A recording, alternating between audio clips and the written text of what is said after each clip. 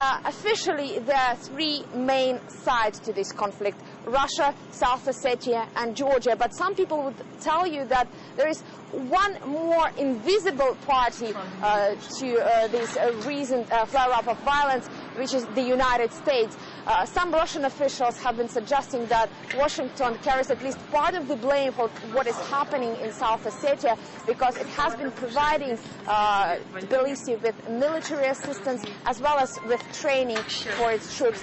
And to talk more about the U.S. participation in this conflict as well as U.S. policies in the region, I'm now joined by Joe Messas. He is a U.S. citizen from Florida who happened to be vacationing with his family in this region when the situation went into the spiral. Well, Joe, you told me before that your wife, who is originally from South Ossetia, and your 5-year-old daughter happened to be in South Ossetia on the same very day when Georgia launched its military offensive on this republic.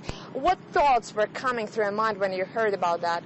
Well, yeah, my wife said that she would be safe in Java. I wanted her to leave, and she said nothing's going to happen in Java.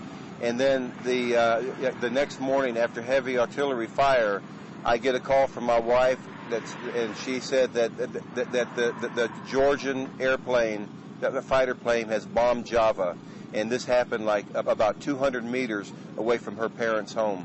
And so what did she do next? Well, she grabbed my daughter, and her parents said, take some of the neighbors' kids and get out of here. So they hopped in the car and they left. And she called me on the way and told me, and they were terrified. And when my daughter sees an airplane now, she's afraid. She said the airplanes are coming again, and I'm very thankful that they got out with their lives. After my wife came out, I met them at the border, and after she got to this side of the border, she wanted me to get into a taxi with the kids and go back to Vladikavkaz, and she turned around and she went back to Java to get her parents. So she's now staying in Java. She brought them back, and she's here with her parents. Well, now, Joe, you told me before that you've been in this region many times.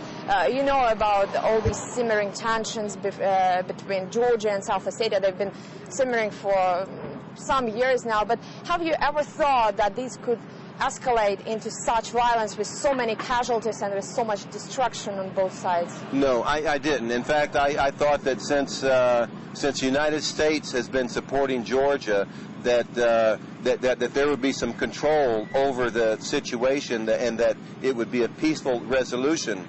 And but what's happened there is not just the war; it's war crimes. George Bush and Saakashvili should answer to the crimes that are being committed. The killing of innocent people, and the running over of graves, and running over with tanks of women and children, and throwing grenades into the cellars to kill innocent people. That's not. War is supposed to be military against military. Georgians are killing innocent civilians. They're committing genocide. Well, now you mentioned Georgian President Mikhail Saakashvili, who has already called on the United States to intervene. As an American citizen, do you want Washington to step in? I urge every American who may be watching this broadcast right now to call their senators, their congressmen, the White House, and tell George Bush, get out. America does not need to intervene in this war. America needs to stop supporting Georgia. What Saakashvili is doing is no better than what Saddam Hussein did. And if George Bush is supporting that, like he's supporting Georgia, he's no better than Saddam Hussein. And now, very quickly, do you have any friends and relatives still trapped in South Ossetia? Yeah, we got a call this morning that from my wife's cousin that her husband was killed the day before yesterday by tank. My wife's aunt is stuck in Ts'khinvali, and the problem there is not only the war, but that Georgia has cut off the water supply a month ago, so the people have been without water. And the Georgian tanks are running over graves and this is more horrific than anything that has occurred since Hitler annihilated the Jews in Germany.